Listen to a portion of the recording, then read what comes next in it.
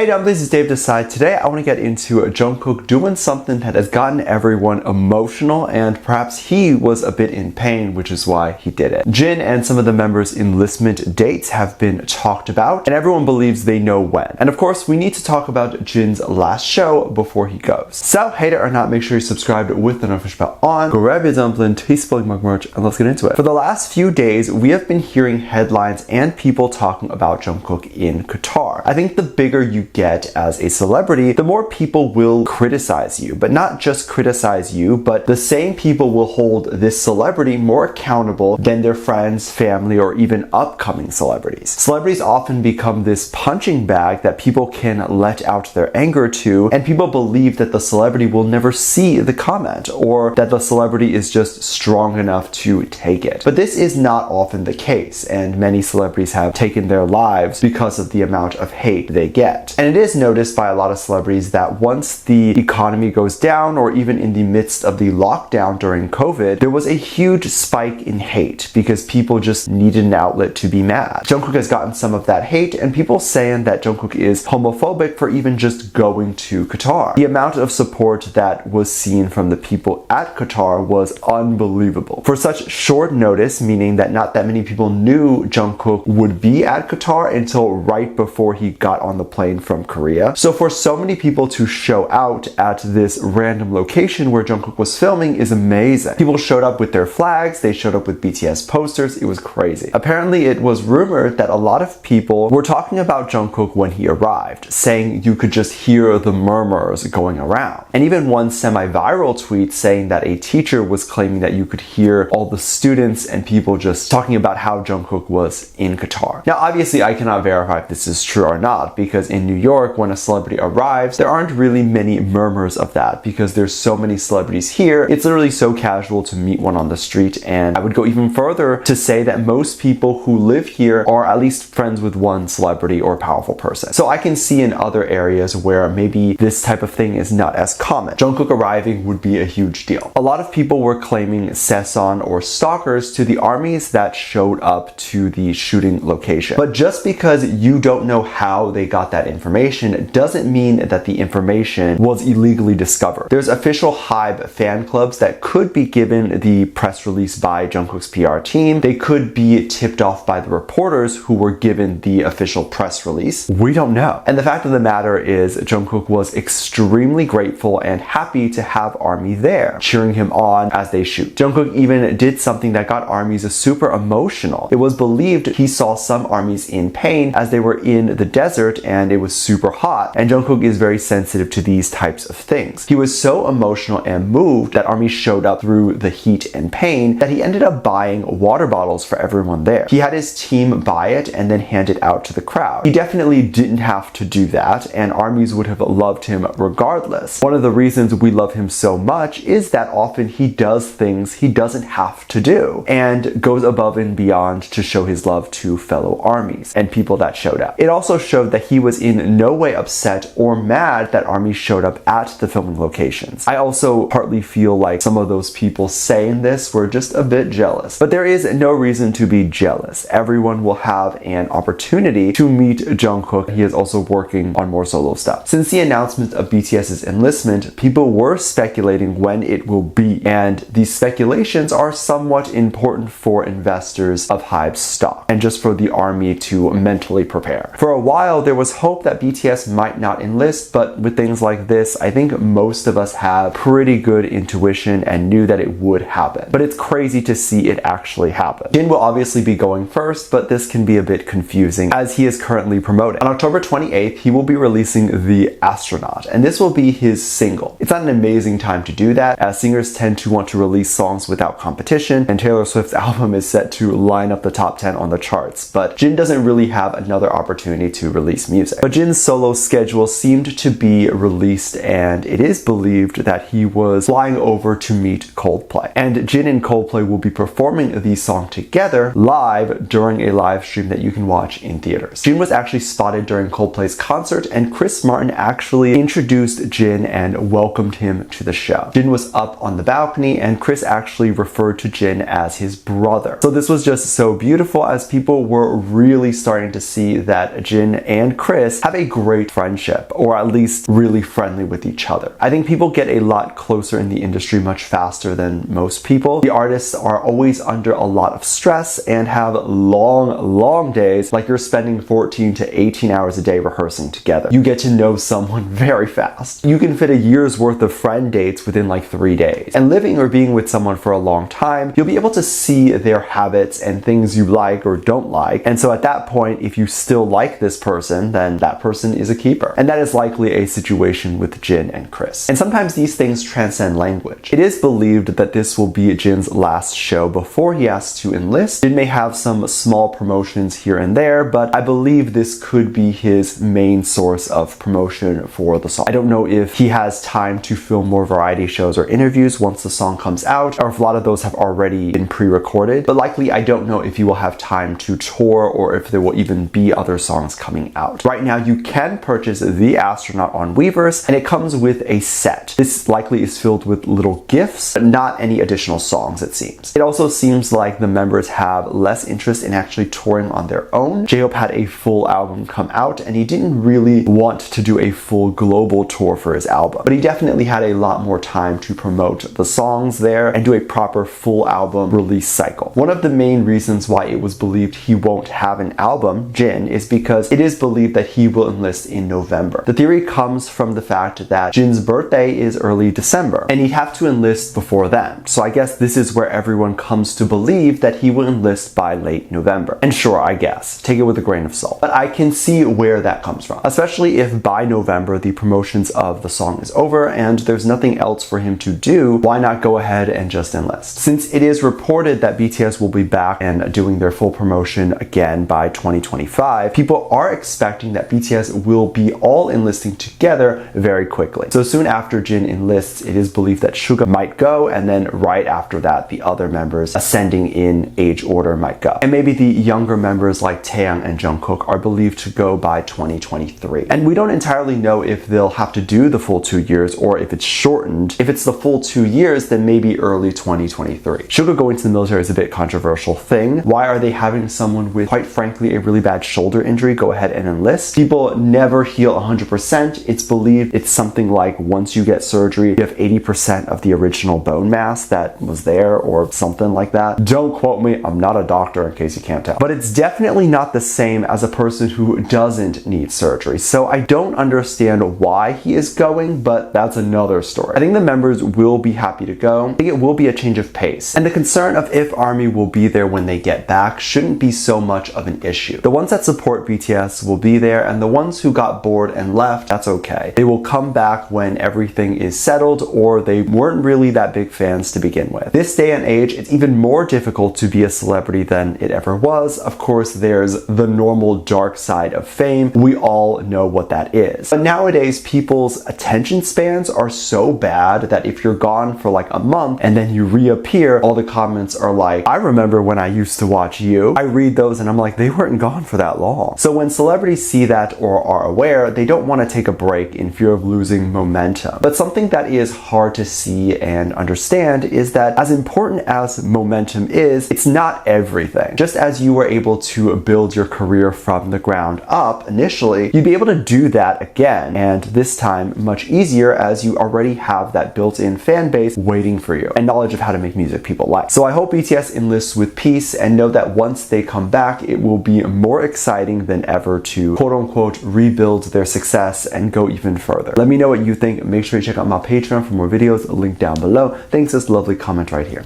Love you, bye.